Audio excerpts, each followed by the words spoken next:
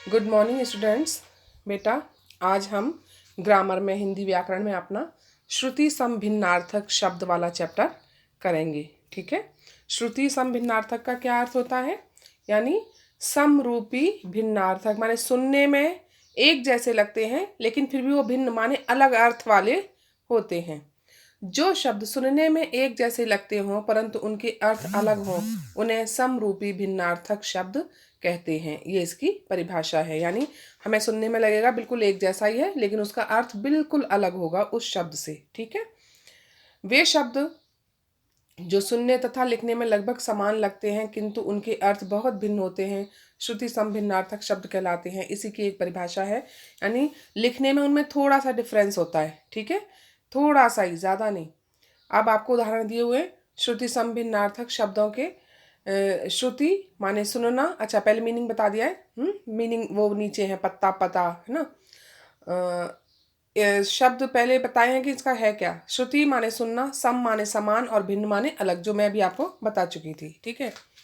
अब है पत्ता और पता। बिल्कुल जरा सा डिफरेंस है लेकिन मतलब बिल्कुल अलग हो गया। ठीक है ना। फिर है, यानी कि पत्ता क्या है? किसी भी पेड़ का पत्ता। हाँ, और पता क्या होता है? किसी के रहने का स्थान, यानी कोई एड्रेस। ठीक है ना। दोनों हैं डिफरेंट बिल्कुल। अब आपको और उदाहरण दिए हुए हैं। उतर, माने नीचे उतरना, किसी जगह से पेड़ पर चढ़े हुए हैं या कहीं और दीवार पर चढ़े हुए वहां से नीचे उतरना। और एक है उत्तर, यानी ये क्या है? उत्तर एक दिशा होती है, एक जवाब होता है, आंसर देना होता है, और एक उत्तर दिशा होती है। पता और पत्ता मैंने अभी बताया। ठीक है ना। पूछ और पूछ, बिल्कुल जरा सा डिफरेंस है। पूछ माने किसी से कुछ भी पूछना और पूछ माने किसी पशु की पूछ। ठीक है। इसीलिए हमेशा हिंदी में नंबर कटते हैं इन छोटी छोटी मिस्टेक्स की वजह से ही। बाग और बाघ। बाग माने बगीचा, ठीक है, पता है, गार्डन। और बाघ माने कौन है? एक पशु। शेर को बाघ बोलते हैं ना। फिर समान और सामान। समान मीन्स बराबर, एक समान, एक बराबर। और सामान मीन्स कोई भी सामान, सामग्री या कोई पदार्थ। पवन पावन। पवन माने हवा, वायु। ठीक है। और पावन माने पवित्र। हंस और हंस, हंस। हंस, हंस माने हंसना, उसमें चंद्र बिंदु है, और हंस में सिर्फ चंद्र हट जाता है, बिंदु है, एक पक्षी का नाम है। दिन और दीन। दिन माने दिवस, जो दिन हो रहा है, और दीन माने गरीब। आप लोग भी कहते हो ना, मैम जरा सा ही तो हो गया, मात्रा इधर की इधर हो गई, मैम एक बिंदु ही तो नहीं लगाया था, मार्क्स क्यों काट दिए। अब समझ आ रहा है कितना डिफरेंस हो जाता है, पूरा का पूरा शब्द बदल जाता है। ठीक है। अंदर और अंतर, दोनों का मतलब पता चल रहा है। अंदर माने भीतर, किसी भी चीज के भीतर अंदर, और अंतर माने भेद करना। ठीक है। भिन्नता होना। आदि और आदि।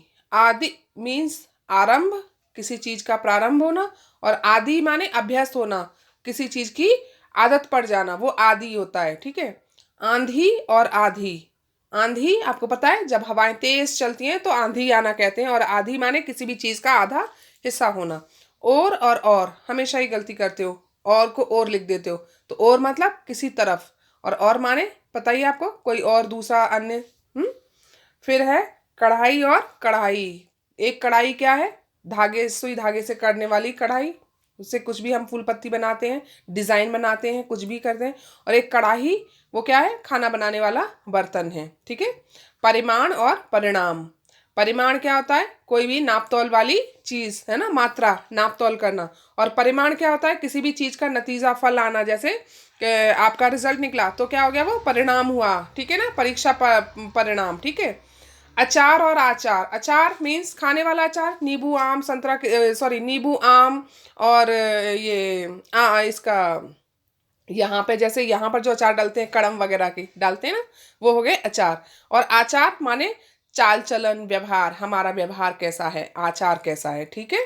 फिर इसके बाद में आपको मेला और मेला। मेला माने किसी त्योहार पर लगने वाला बाजार, भीड़ जहाँ लगती है, बहुत सारे दुकानें एक साथ लगती हैं, वो किसी भी त्योहार पे, किसी भी ओकेजन पे लगती हैं वो। और मेला माने गंदा।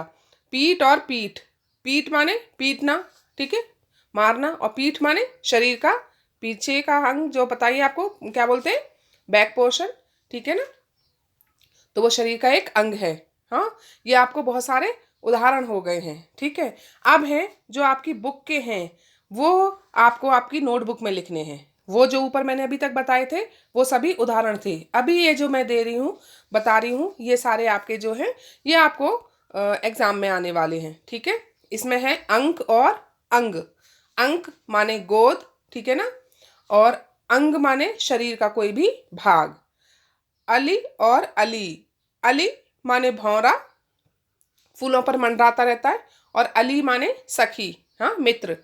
और जो मैंने अभी बताया, आदि आदि, ये भी मैंने अभी समझाए, ठीक है ना। किसी भी चीज का आरंभ होना, और आदि माने अभ्यस्त होना। हाँ, अचल और अचला, अचल पर्वत को कहते हैं, ठीक है, और अचला जो है वो पृथ्वी, उसको कहते हैं, ठीक है।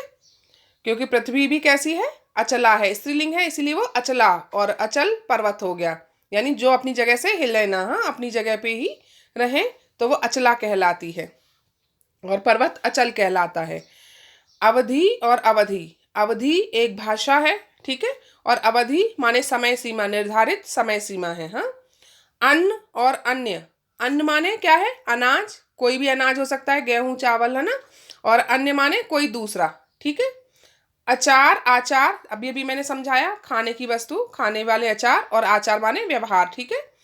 उपेक्षा और अपेक्षा, उपेक्षा माने अनादर करना, किसी के भी सम्मान न करना, और अपेक्षा माने तुलना, एक दूसरे की तुलना करना, ठीक है, किसी के साथ।